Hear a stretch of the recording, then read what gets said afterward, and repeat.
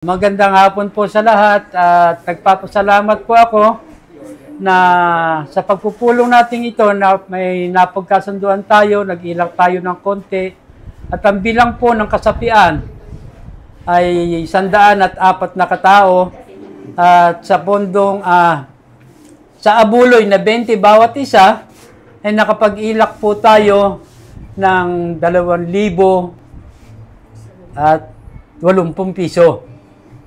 Doon sa 104 na kasapi.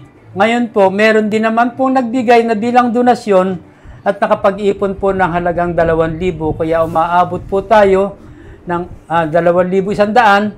Maabot po tayo ng 4,180 piso. Yun po ang ibibigay natin tulong sa unang namatay na kasapi ng ating damayan, kapatiran ng bayan ng Gimba na taga Nagpandayan po. Sa ngayon, nagpapasalamat po ako sa inyong lahat. At kahit papaano, nagsisimula pa lang tayo, nakailak na tayo ng konti at para may maibigay talaga na tulong na siyang layunin ng kapatiran ng bayan ng Gimba. Magandang hapon po. Mga kasama, bago po napakinggan po natin ang sinabi ng ating pangalawang Pangulo, kaya mainam na po yon para maumpisahan ang ating samahan na kapatiran ng bayan ng Gimba. Ngayon po, magsitahimik tayo sandali at damhin natin ang presensya ng ating Panginoon sa pamamagitan ng sangalan ng Ama, ng Anak at ng Diyos Espiritu Santo. Amen.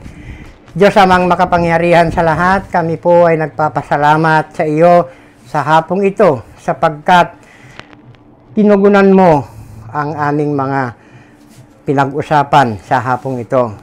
Panginoon, pababain mo ang iyong banal na espiritu upang hipuin ang bawat isa sa amin at gabayan mo kami, Panginoon, sa aming pag-uwi.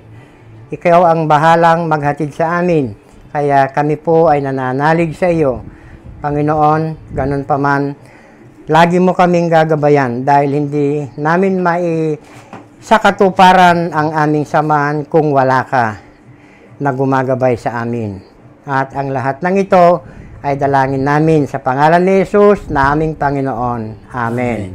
Sa ngalan ng Ama, ng Anak, Diyos Espiritu Santo. Amen.